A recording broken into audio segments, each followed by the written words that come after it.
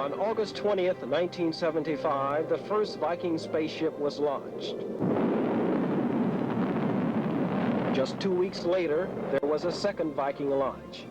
Together, they began the search for Martian life. 2 orbiters, 2 landers, headed for 2 different locations on the Red Planet. It was a gutsy mission. It was one of the biggest adrenaline rushes of mine or anyone's life, and the story as it unfolded was a classic example of scientific discovery.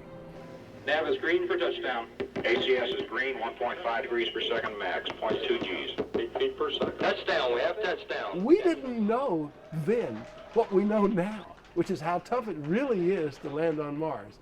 12:50. That is 35 minutes from now. The playback of pictures will start, as I understand it. Viking gave us the first view of Mars as if we were standing on the surface. It lasted over 6 years, but never did find conclusive evidence for life on the Red Planet. After all, that was the whole purpose of the Viking mission, was to go and land on the surface, scoop up some soil, and see whether or not this planet had developed life. Well, we're still looking for that life, but today we think it's in particular areas. It's not just anywhere on the planet, so we have to be special about where we go to look for it. You're aware, and you've even said, that there is, in large part, ridicule and or denial. How would you tell the layperson in that 20 seconds you'll get on TV what it is you believe did or does exist on Mars? I would say that in the examination of the images we now have, there are 67,000 of them, of which we have examined several thousand in close detail. We've turned up anomalies so unlikely to be products of nature, and in some cases fulfilling a priori predictions and having relationships and contexts that support artificiality, that the conclusion that there are artificial structures on Mars is now beyond a reasonable doubt. To the skeptic who says, I won't believe it until the government tells me, you would say? Here are the pictures. All we're asking for is that the spacecraft that is there now and the one that is on its way there now be pointed in this direction to get pictures that confirm or deny these hypotheses to everyone's satisfaction.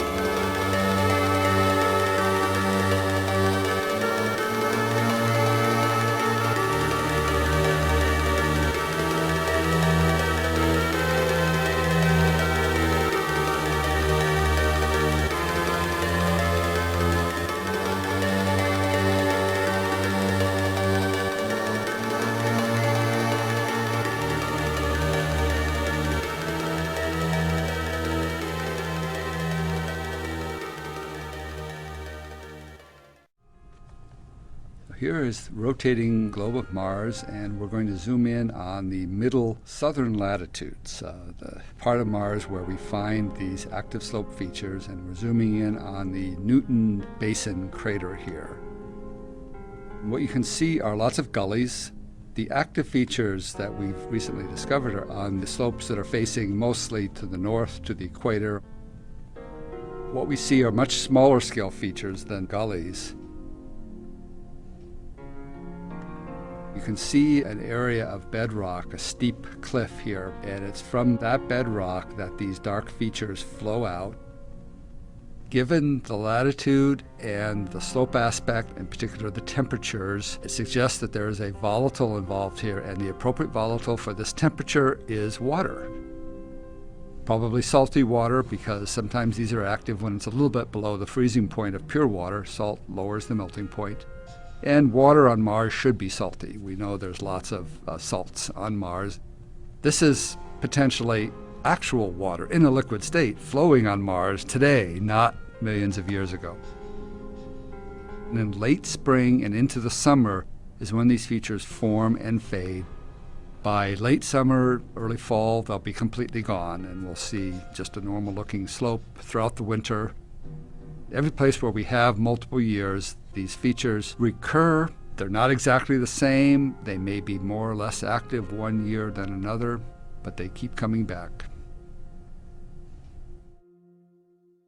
Tom, this picture we're looking at, and Richard, you jump in as well, and then we've got the phones ringing off the hook here.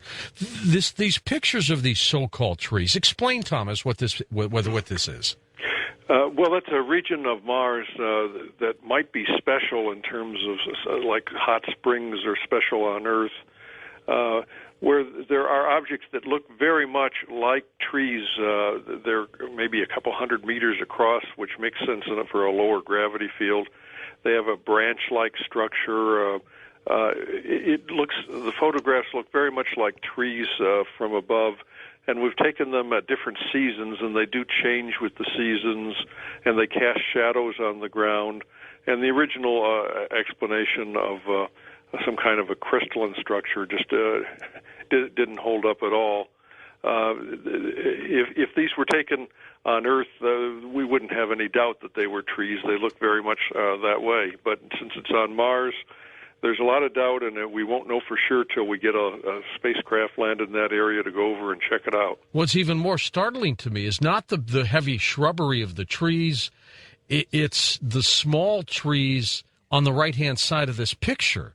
Those are remarkable because they're sticking right out of the ground. Yes, that's right. The whole scene is remarkable.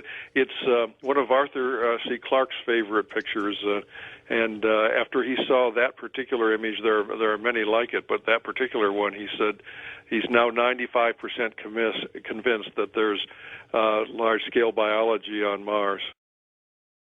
We now know from the European mission, the Mars Express mission, that under the thin layer of CO2, frozen carbon dioxide, at the South Pole as well as the North Pole, there are enormous reservoirs of water.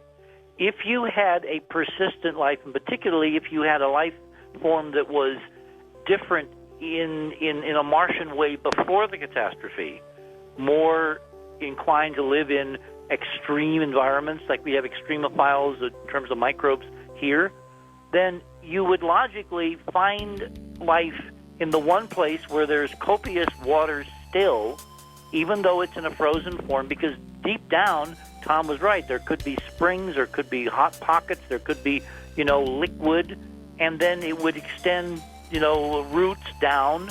It would get sunlight for a year because the poles of Mars are tilted by the same angle roughly as the Earth, so with a Martian orbit twice as long as Earth, the Martian summers in the southern hemisphere are a year long, on Earth, year long, and then you'd have a year of darkness, but the plant might be acclimated with some kind of tough membrane and, able to keep vapors inside and protect itself against the very thin atmosphere. In other words, you're looking at all the possibilities for an indigenous Martian life form, part of an ecosystem that would get NASA an absolute gold card. If scientists just plausibly, just conservatively laid out the numbers and the statistics I just did and said we need to know more. Instead, you have the geologists who run JPL saying adamantly, oh, it's just geysers of CO2 and sprays of black dust and slick carbon dioxide, that's transparent.